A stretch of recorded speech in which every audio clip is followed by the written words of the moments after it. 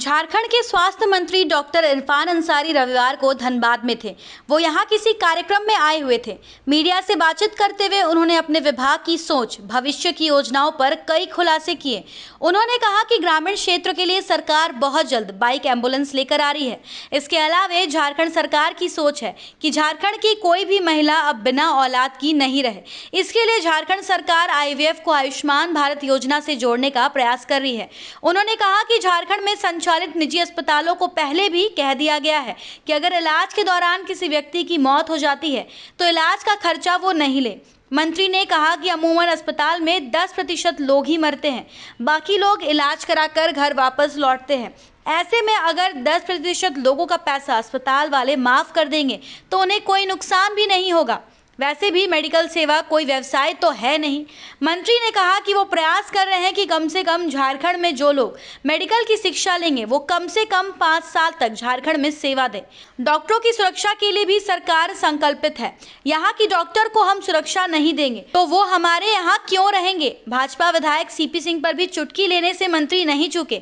उन्होंने कहा कि CP बाबू भी राजनीति करते हैं और हम भी राजनीति करते हैं, लेकिन दोनों का तरीका अलग अलग है। CP बाबू की राजनीति समाज तोड़ने की है और हमारी राजनीति समाज जोड़ने की है।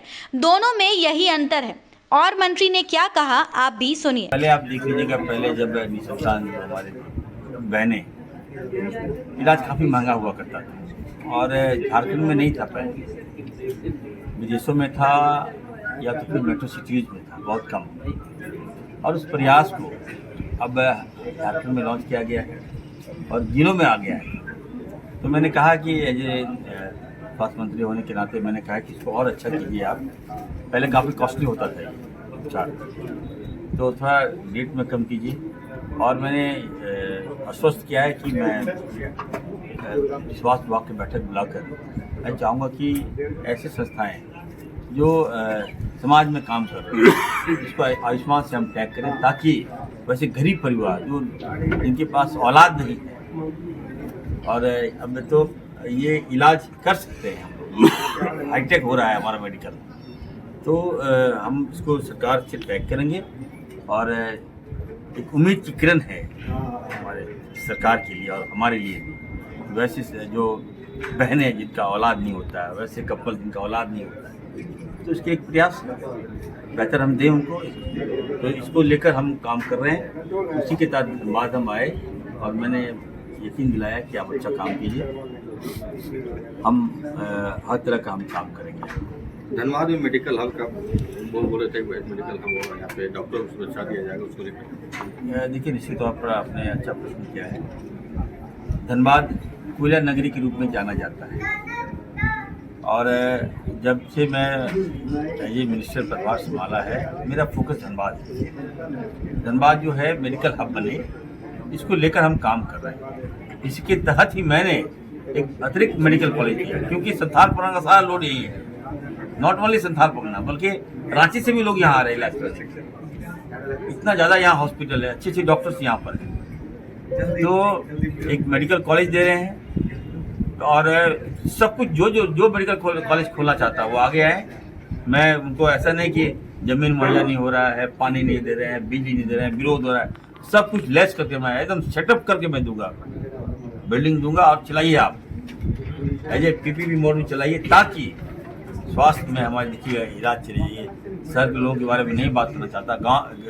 मैं गांव में जाता हूं, देखता हूं इलाज के अभाव में लोग दम तोड़ देता है, पैसे के अभाव में लोग दम तोड़ देता है, जानकारी के अभाव में हमारे लोग मारे जा रहे हैं। तो 5 मेडिकल कॉलेज प्रथम फेज में हमने लिया है, सेकेंड फेज में और हम मेडिकल कॉलेज हम खोलेंगे। जितने डॉक्टर्स को मैं कहूँगा कि आप लोग अगर यहाँ से एजुकेशन लेते हैं तो सेवा 5 साल तक कंपल्सरी मैं कर रहा हूँ। 5 साल तक आपको यहाँ सेवा देना होगा। आपका होता है कि डिग्री लिए चले गए बाहर, प्राइवेट में ज्वाइन करें, वैसा नहीं होना चाहिए। हम प्राइवेट के विरोधी नहीं हैं, लेकिन हम चाहते हैं कि सरकारी जो हॉस्पिटल है वो अच्छा हो। AI सिस्टम हम लगा रहे हैं, सारा हाईटेक होगा। CT MRI हम कर रहे हैं। धनबाद को एक और 500 बेड हॉस्पिटल हम दे रहे हैं। तो एम्बुलेंस भी हम दे रहे हैं आपको। पहाड़ी एरिया में हमारा एम्बुलेंस नहीं जाता था, गाड़ी गया तो अब पेशेंट को लाए कैसे, हम खटिया पर कैसे लाएंगे पेशेंट। तो उसको देखते हुए बाइक एम्बुलेंस का सेटअप हम लॉन्च किए हैं। हमारे माननीय मुख्यमंत्री आदरणीय हेमंत सोरेन जी का जो सोच है कि कुछ ऐसा करो इरफान की तुम गांव से पेशेंट लाओ, तो बाइक एम्बुलेंस हमने लिया है। कब तक उम्मीद है सर बाइक एम्बुलेंस का? देखिए मेडिकल कुछ अभी तो बजट में मैंने लिया है, जी तो बहुत जल्द है। सर एक सवाल सुरक्षा, डॉक्टर की सुरक्षा में क्या कहेंगे? डॉक्टर की सुरक्षा जो, क्योंकि देखिए ये बात सही है कि डॉक्टर की सुरक्षा जरूरी है। जी जो डॉक्टर हैं उनको जब तक आप ये श्योर नहीं कीजिएगा कि आप सुरक्षित हैं, वो भाग जाएंगे यहाँ से। हम न केवल सुरक्षा, हम उसको हर सुविधाओं के साथ ला रहे हैं, लॉन्च कर रहे हैं। सैलरी दोगुना हम कर दे रहे हैं उनका, आइए और काम कीजिए। लेकिन कोई मिसबिहेव करेगा, डॉक्टर के साथ की बदसलूकी करेगा, उसको हम नहीं छोड़ेंगे। कुछ निजी अस्पताल ऐसे हैं सर जो मतलब मौत हो जाती है मरीज की, लेकिन वो बॉडी नहीं छोड़ते हैं, पैसा तो तब बॉडी छोड़ेंगे। तो ऐसे निजी अस्पतालों पर क्या कार्रवाई करेंगे आप? ये बहुत ही अच्छा प्रश्न किया आपने। देखिए शायद आपको जानकारी होगा कि जब से मैं मंत्री बना हूँ, मैंने पहला जो स्टेप लिया कि वैसे प्राइवेट हॉस्पिटल जो मरीज हमारा इलाज के क्रम में दम तोड़ दिया, तो उससे आप पैसा नहीं लेंगे। ये तो मैं पहले कर चुका। अगर कोई पैसा ले रहा है तो आप मुझे बताइए। 90% तो आप लोग नहीं मरता जो हॉस्पिटल जाता है इलाज कराता है। 10% मान लीजिए डेथ कर गया, कैजुअलिटी हो गई 10%, तो 10% भार तो लेना होगा आपको। आप सरकार, हम आपको मान्यता दे रहे हैं, हम आपको आयुष्मान कार्ड का लाभ दे रहे हैं, मैं आपको सारा एफिलिएशन मैं दे रहा हूँ, तो मेरी बात तो माननी होगी आपको। क्या जाएगा आप? ठीक है, मेडिकल क्षेत्र में आप आइए तो क्या होता है? ये तो व्यवसायकरण थोड़े है कि व्यवसाय कर रहे हैं। मेडिकल का मतलब क्या होता है? लोग जान बचाना, उसको मदद करना, उससे काम आना। ये सोच लेके जो आगे आएगा, मैं न केवल उसको सम्मानित करूंगा, बल्कि जो लाभ चाहेगा वैसे आप। सर अभी जो सरकारी अस्पतालें चल रही है सर, उसकी दुर्गति है।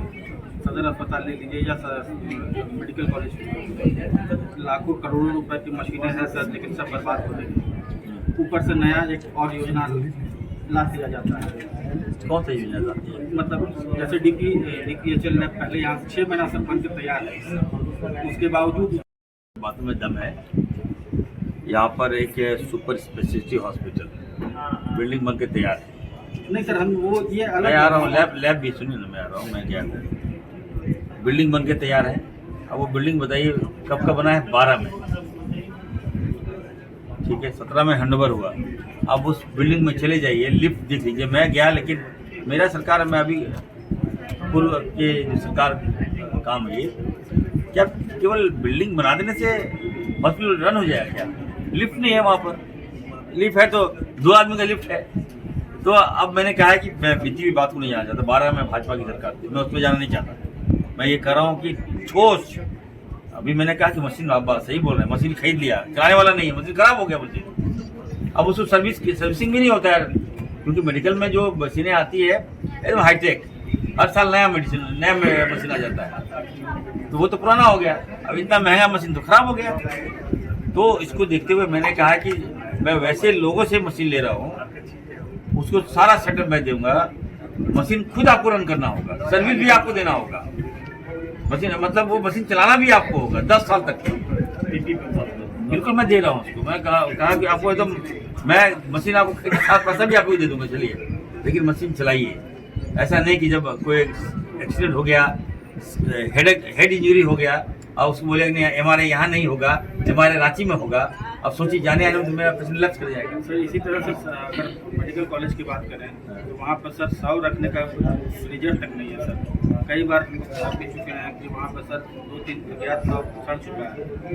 नहीं, मैं देखिए अभी तो देखिए अब 3 महीना तो हुआ है, बातें आ रही है ना, मैं अभी जांच कर रहा हूँ ना।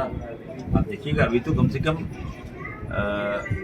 जो खामियां हैं, आप लोग से यही आग्रह होगा कि आप लोग मुझे सुझाव दीजिए, खामियां बताइए, नहीं ठीक हो उसके बाद छापिएगा। हमको पता ही नहीं, अभी आप बता रहे हैं, हमको पता ही नहीं है।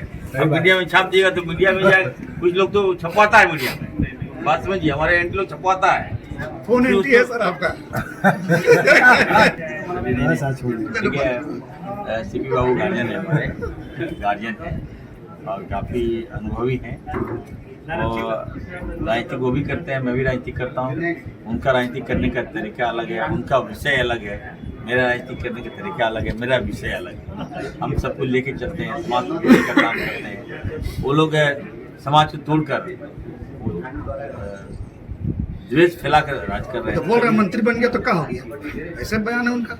नहीं, मैंने कहा मैं बड़े हैं, मैं उन पर क्या टिप्पणी करूँगा। अब मंत्री बन गया तो क्या होगा, सीपी बाबू से ही पूछिए। सर एक चीज और सर, सदर अस्पताल में ऊपर बजट सेशन था, मैंने रिक्वायरमेंट कर लिया है कहाँ पे कौन डॉक्टर है, कहाँ पे सिविल सर्जन है, कहाँ पे नहीं है, कहाँ पे डीएस है, कहाँ पे डीएस नहीं है।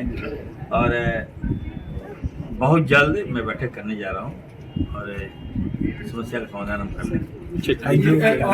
भारतीय जनता पार्टी अमेरिका दिवस मनाएगा, बांग्लादेशी दिवस मना लिया ना, देख लेना परिणाम क्या हुआ। तो क्या भाजपा को छूट है। तो क्या लग रहा है यहाँ से बिहार को साधने में वो कामयाब होंगे, क्योंकि कह रहे हैं कि कांग्रेस और आरजेडी की सरकार इस बार भी नहीं आने वाली है बिहार में।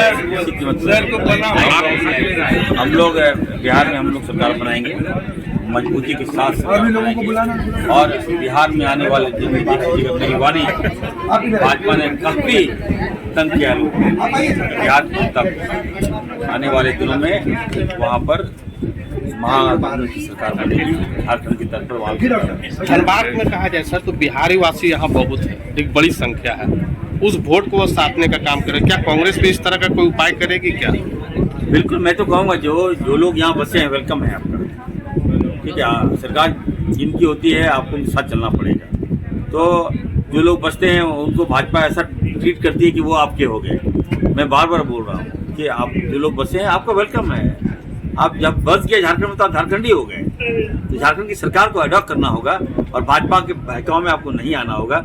हम वो हर सुविधा देंगे, हर सुख देंगे, भाजपा जो कभी सोच नहीं सकता है। इसलिए आइए, हमारी सरकार को अपनाइए, हमारे मुख्यमंत्री जी को अपनाइए और शहरों में हमारी सरकार को लाइए। चलिए।